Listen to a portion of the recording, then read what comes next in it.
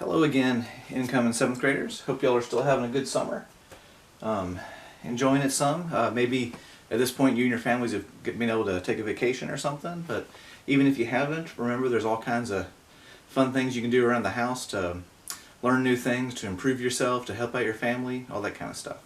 So okay, let's read chapter 5 of The Outsiders. So remember from last time, Ponyboy and Johnny are in some serious trouble.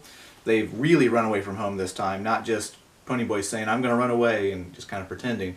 They really run away, and they're in some small town now, and they're trying to find a place to hide out, and that's apparently going to be their life now, because they think, probably not incorrectly, that Johnny is probably wanted for murder now. So, chapter 5 says, I woke up late in the afternoon. For a second I didn't know where I was. You know how it is when you wake up in a strange place and wonder where in the world you are, until memory comes rushing over you like a wave. I half convinced myself that I had dreamed everything that had happened the night before. I'm really home in bed, I thought. It's late and both Derry and Soda Pop are up. Derry's cooking breakfast, and in a minute he and Soda Pop will come in and drag me out of bed and wrestle me down and tickle me until I think I'll die if they don't stop. It's me and Soda's turn to do the dishes after we eat, and then we'll all go outside and play football. Johnny and Two-Bit and I will get Derry on our side, and since Johnny and I are so small, and Derry's the best player. It'll go like the usual weekend morning. I tried telling myself that while I lay on the cold rock floor, wrapped up in Dally's jacket and listening to the wind rushing through the trees' dry leaves outside. Finally, I quit pretending and pushed myself up. I was stiff and sore from sleeping on the hard floor, but I had never slept so soundly. I was still groggy. I pushed off Johnny's jeans jacket, which had somehow got thrown across me, and blinked, scratching my head. It was awful quiet, with just the sound of rushing wind in the trees. Suddenly I realized that Johnny wasn't there. Johnny? I called loudly, and that old wooden church echoed me. Annie? Annie? I looked around wildly, almost panic-stricken, but then caught sight of some crooked lettering written on the dust of the floor. Went to get supplies. Be back soon. J.C. I sighed and went to the pump to get a drink. The water from it was like liquid ice, and it tasted funny, but it was water. I splashed some on my face, and that woke me up pretty quick. I wiped my face on Johnny's jacket and sat down on the back steps. The hill the church was on dropped off suddenly after about 20 feet from the back door, and you could see for miles and miles. It was like sitting on top of the world. When you haven't got anything to do, you remember things in spite of yourself. You remember every detail of the whole night, but it had the unreal quality of a dream. It seemed much longer than 24 hours since Johnny and I had met Dally at the corner of Pickett and Sutton. Maybe it was. Maybe Johnny had been gone a whole week and I had just slept. Maybe he had already been worked over by the fuzz, the police, and was waiting to get the electric chair since he wouldn't tell where I was. Maybe Dallas had been killed in a car wreck or something and no one would ever know where I was, and I'd just die up here alone, turn into a skeleton. My overactive imagination was running away with me again. Sweat ran down my face and back, and I was trembling. My head swam, and I leaned back and closed my eyes. I guess it was partly delayed shock. Finally, my stomach calmed down, and I relaxed a little, hoping Johnny would remember cigarettes. I was scared, sitting there by myself. I heard someone coming up through the dead leaves toward the back of the church, and I ducked inside the door. Then I heard a whistle, long and low, ending in a sudden high note. I knew that whistle well enough. It was used by us in the Shepherd gang for, "Who's there?" I returned it carefully, then darted out the door so fast that I fell off the steps and sprawled flat under Johnny's nose. I propped myself up on my elbows and grinned up at him. "Hey, Johnny, fancy meeting you here." He looked down at me over a big package. "I swear, Ponyboy, you're getting to act more like Two-Bit every day." I tried unsuccessfully to cock an eyebrow.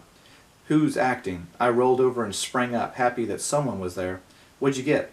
"Come inside. Dallas told us to stay inside." We went in. Johnny dusted off a table with his jacket and started taking things out of the sack and lining them up neatly. "A week's supply of bologna, 2 loaves of bread, a box of matches," Johnny went on. I got tired of watching him do it all, so I started digging into the sack myself. "Whee!" I sat down in a dusty chair and stared. "A paperback copy of Gone with the Wind. How'd you know I always wanted one?" He reddened. "I remember you'd saying something about it once, and me and you went to see that movie, remember? I thought you could read it out loud and help us kill time or something." "Gee, thanks," I said. I put the book down reluctantly. I wanted to start it right then. Peroxide, a deck of cards. Suddenly I realized something. "Johnny, you ain't thinking of..." Johnny sat down and pulled out his knife. We're going to have to cut our hair, and you're going to have to bleach yours. He looked at the ground carefully. They'll have our descriptions in the paper. We can't fit them. Oh, no. My hand flew to my hair. No, Johnny, not my hair. It was my pride. It was long and silky, just like Soda's, only a little redder. Our hair was tough, T-U-F-F. We didn't have to use grease on it. Use much grease on it. Our hair labeled us greasers, too. It was our trademark. The one thing we were proud of. Maybe we couldn't have Corvairs or Madras shirts, but we could have hair. We'd have to anyway if we got caught. You know the first thing the judges do is make you get a haircut. I don't see why, I said sourly. Dallas could just as easily mug somebody with short hair. I don't know either. It's just a way of trying to break us. They can't do anything to guys like Curly Shepherd or Tim. They've had almost everything done to them. And they can't take away anything from them either because they don't have anything in the first place. So they cut their hair. I looked at Johnny imploringly. Imploringly is kind of like to beg. Johnny sighed. I'm going to cut mine too, and wash the grease out, but I can't bleach it. I'm too dark-skinned to look okay blonde. Oh, come on, Ponyboy, he pleaded. It'll grow back. Okay, I said wide-eyed. Get it over with. Johnny flipped out the razor edge of his switch, took a hold of my hair, and started sawing on it. I shuddered. Not too short, I begged. Johnny, please. Finally, it was over with. My hair looked funny, scattered over the floor in tufts. It's lighter than I thought it was, I said, examining it. Can I see what it looks like now? No, Johnny said, slowly, staring at me. We gotta bleach it first. After I'd sat in the sun for 15 minutes to dry the bleach, Johnny let me look at the old cracked mirror we'd found in a closet. I did a double take. My hair was even lighter than Soda Pop's. I'd never combed it to the side like that. It just didn't look like me. It made me look younger and scareder, too. Boy howdy, I thought. This really makes me look tough. I look like a blasted pansy. I was miserable. Johnny handed me the knife. He looked scared, too. Cut the front and thin out the rest. I'll comb it back after I wash it out. Johnny, I said tiredly, you can't wash your hair in the freezing water in this weather. You'll get a cold. He only shrugged. Go ahead and cut it. I did the best I could. He went ahead and washed it anyway, using a bar of soap he'd bought. I was glad I had to run away with him instead of with Two-Bit or Steve or Dallas. That would have been the thing they'd never think of. Soap. I gave him Dallas's jacket to wrap up in, and he sat there shivering in the sunlight of the back steps, leaning against the door, combing his hair back. It was the first time I could see that he had eyebrows. He didn't look like Johnny. His forehead was whiter where his bangs had been. It would have been funny if we hadn't been so scared. He was still shivering with cold. I guess, he said weakly, I guess we're disguised. I leaned back next to him, sullenly. I guess so. Oh, shoot, Johnny said with fake cheerfulness. It's just hair. Shoot nothing, I snapped. It took me a long time to get that hair just the way I wanted it. And besides, this ain't us. It's like being in a Halloween costume we can't get out of. Well, we gotta get used to it, Johnny said with finality. We're in big trouble. And it's our looks or us. I started eating a candy bar. I'm still tired, I said. To my surprise, the ground blurred and I felt tears running down my cheeks. I brushed them off hurriedly. Johnny looked as miserable as I felt. I'm sorry I cut your hair off, Ponyboy. Oh, it ain't that, I said between bites of chocolate. I mean, not all of it. I'm just a little spooky. I really don't know what's the matter. I'm just mixed up. I know, Johnny said through chattering teeth as we went inside. Things have happened so fast. I put my arm around his shoulders to warm him up. Two-Bit should have been in that little one-horse store. Man, we're at the middle of nowhere. The nearest house is 2 miles away. Things were laying out in the wide open, just waiting for somebody slick like Two-Bit to come along and pick him up. He could have walked out with half the store.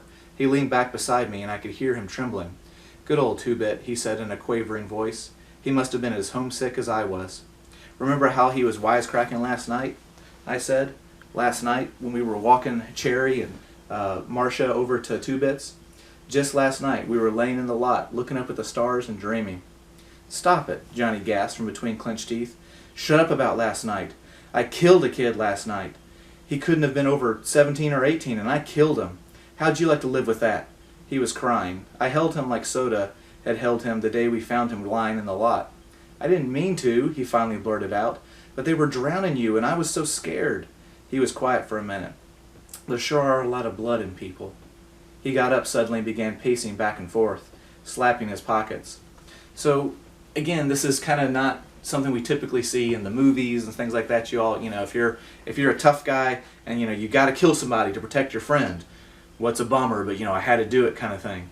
But remember, Johnny's just a little bit older than you all. He's still just a kid. And the thing is too, even though Johnny's been in plenty of fights and he's pretty tough and things like that, and he gets beaten up regularly by his dad, like really beaten up, it's not in his soul, it's not in his spirit. He's deep down, he's not like somebody like Dallas. And because Dallas seems to kind of just, that's who he is, and he embraces it, and okay, there you go.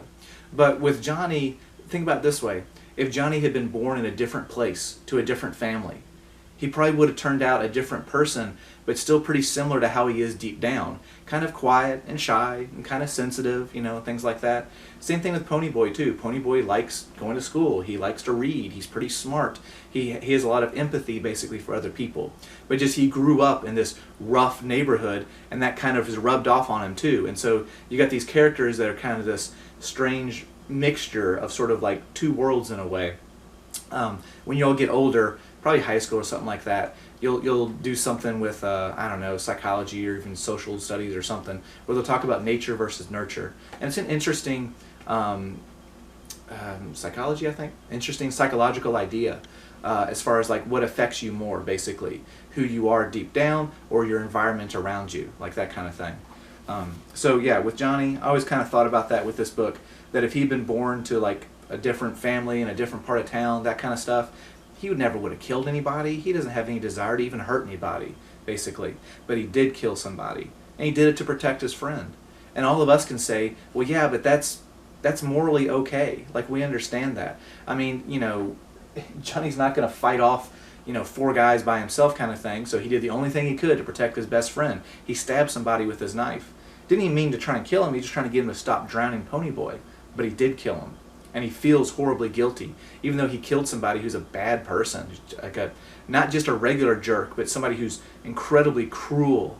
That guy Bob, he's the one with the rings who beat Johnny so bad, it's like, made him into like a different person almost. And he was flat out almost going to kill Ponyboy, and they might have killed Ponyboy because they were drunk and mean and dumb, but Johnny stopped him.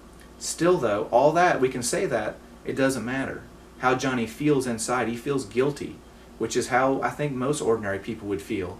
If you ever had to take a life, even a life of a bad person, even taking a life to save your friend, you'd still feel pretty bad about it, I think, just because it's probably a pretty awful feeling. So, let's see. And it says, what are we going to do? I was crying by then. It was getting dark and I was cold and lonesome. I closed my eyes and leaned my head back, but the tears came anyway. This is my fault, Johnny said in a miserable voice. He had stopped crying when I started. For bringing a little 13-year-old kid along. You ought to go home. You can't get into any trouble. You didn't kill him. No, I screamed at him. I'm 14, and I've been 14 for a month, and I'm in it as much as you are. I'll stop crying in a minute. I can't help it. He slumped down beside me. I didn't mean it like that, Ponyboy. Don't cry, Pony. We'll be okay. Don't cry. I leaned against him and bawled until I went to sleep. I woke up late that night, and Johnny was resting against the wall, and I was asleep at his shoulder. Johnny, I yawned. You awake? I was warm and sleepy. Yeah, he said quietly. We ain't gonna cry no more now, are we? Nope, we all cry it out now. We're getting used to the idea. We're gonna be okay now. That's what I thought, I said drowsily. Then for the first time since Dallas and I had sat down behind those girls in the nightly double, I relaxed. We could take whatever was coming now. The next 4 or 5 days were the longest days I've ever spent in my life. We killed time by reading Gone with the Wind and playing poker. Gone with the Wind is a huge book. Good book to kill time with, I guess. Johnny sure did like that book, although he didn't know anything about the Civil War and even less about plantations, and I had to explain a lot of it to him. It amazed me how Johnny could get more meaning out of some of the stuff in there than I could. I was supposed to be the deep one. Johnny had failed a year in school and never made good grades. He couldn't grasp anything that was shoved at him too fast, and I guess his teachers thought he was just plain dumb. But he wasn't. He was just a little slow to get things, and he liked to explore things once he did get them. He was especially stuck on the Southern gentlemen, impressed with their manners and charm. I bet they were cool old guys, he said, his eyes glowing, after I had just read the part about them riding into sure death because they were gallant. They remind me of Dallas. Dally, I said, startled. Shoot, he ain't got any more manners than I do. And you saw how he treated those girls the other night. Soda's more like them Southern boys. Yeah, in the manners bit, and in the charm too, I guess, Johnny said slowly. But one night I saw Dallas getting picked on by the fuzz, and he kept real cool and calm about the whole thing. The whole time. They was getting in for breaking out the windows in the school building, and it was Two-Bit who did that, and Dallas knew. But he just took the sentence without batting an eye or denying it. That was gallant. That was the first time I realized the extent of Johnny's hero worship for Dallas Winston. Of all of us, Dally was the one I liked least. He didn't have Soda's understanding or dash or Two-Bit's humor or even Derry's superhuman qualities. But I realized that these three appealed to me because they were like the heroes in the novels I read. Dally was real. I liked my books and my clouds and my sunsets. Dallas was so real he scared me. Johnny and I never went to the front of the church. You could see the front from the road, and sometimes the farm kids rode their horses by on their way to the store. So we stayed in the very back, usually sitting on the steps and looking across the valley. We could see for miles, see the ribbon of highway and the small dots that were houses and cars. We couldn't watch the sunset since the back fields faced east, but I loved to look at the colors of the fields and the soft shadings of the horizon. One morning I woke up earlier than usual. Johnny and I slept huddled together for warmth. Dallas had been right when he'd said we would get cold where we were going.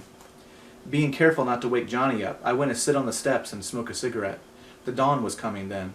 All the lower valleys was covered with mist, and sometimes little pieces of it broke off and floated away in small clouds. The sky was lighter in the east, and the horizon was a thin golden line. The clouds changed from gray to pink, and the mist was touched with gold. There was a silent moment where everything held its breath, and then the sun rose. It was beautiful. That really nice description, you all those nice descriptive words, we call that imagery. And you all might have learned about that before, but if not, later on this coming school year when we do poetry together, we're going to learn a lot more about imagery. But imagery is just whenever an author or a poet is being very descriptive, so you can kind of picture it in our mind. Golly, Johnny's voice beside me made me jump. That sure was pretty. Yeah, I said. I sighed, wishing I had some paint to do a picture with the sight that was still fresh in my mind. The mist was what was pretty, Johnny said. All that gold and silver. I said, trying to blow a smoke ring. Too bad it couldn't stay like that all the time. Nothing gold can stay, I said, remembering a poem I'd read once. What? And then this is an actual pretty famous poem, y'all. Nature's first green is gold, her heart is hue to hold. Her early leaf's a flower, but only so an hour. Then leaf subsides to leaf, so Eden sank to grief. So dawn goes down to day, nothing gold can stay. Johnny was staring at me. Where'd you learn that? That's what I meant.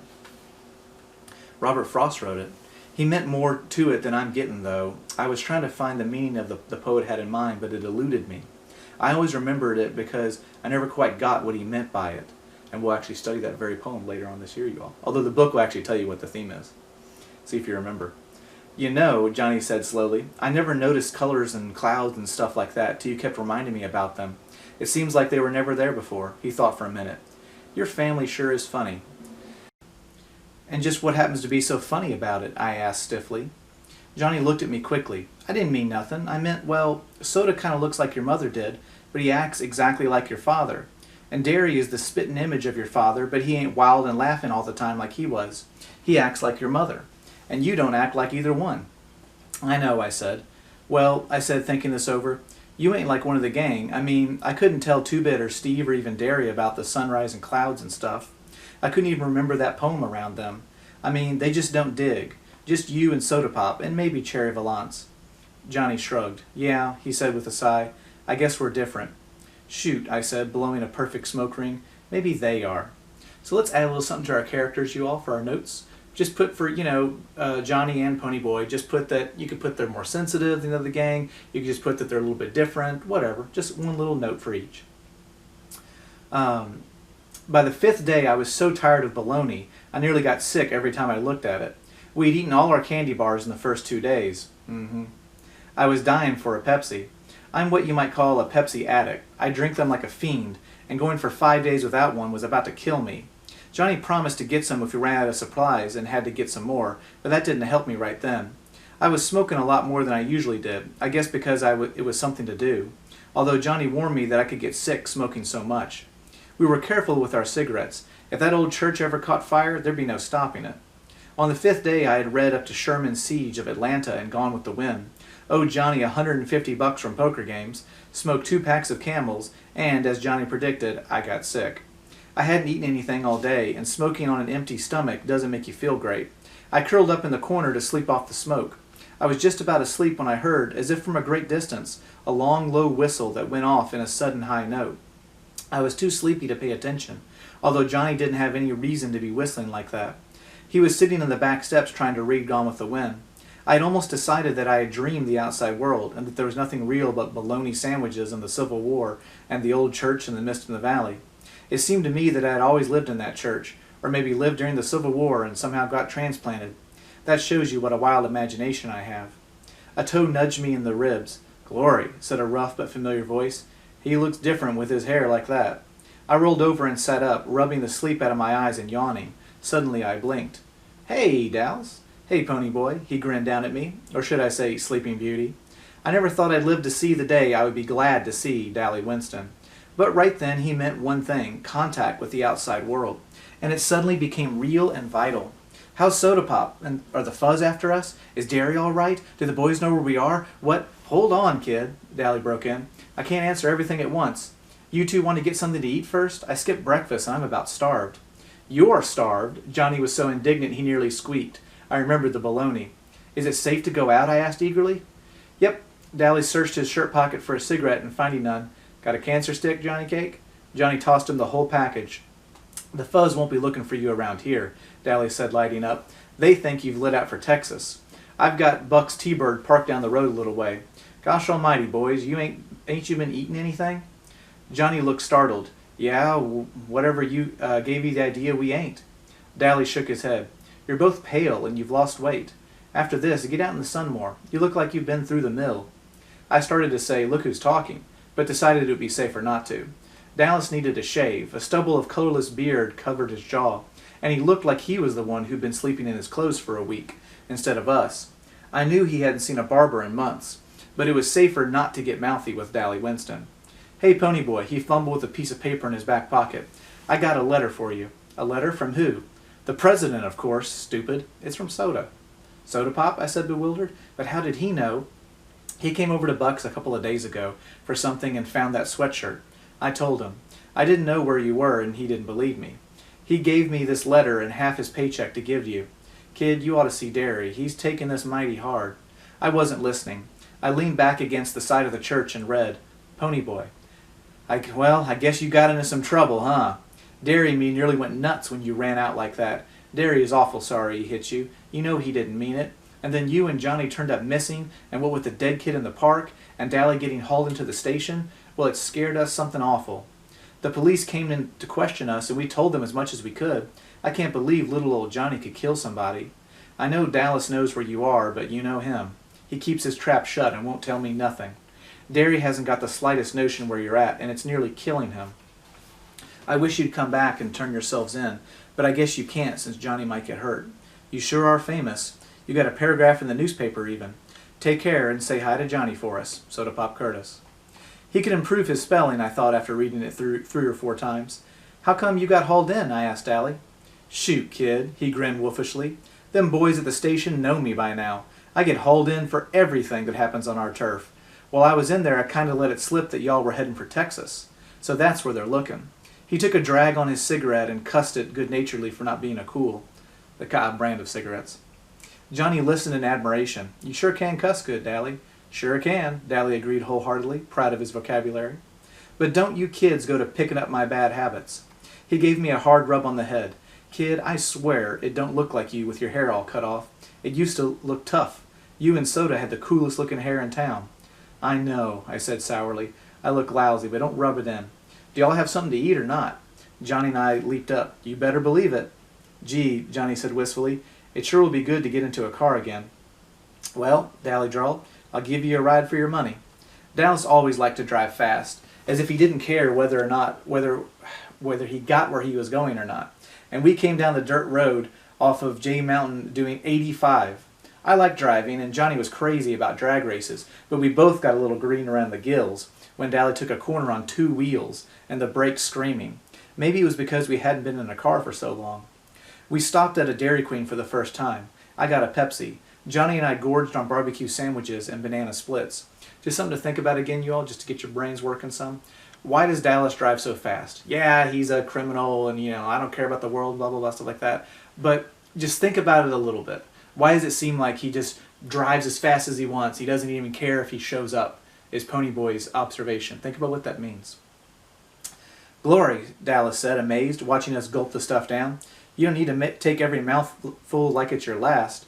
I got plenty of money. Take it easy. I don't want you getting sick on me, and I thought I was hungry. Johnny merely ate faster. I didn't slow down until I got a headache.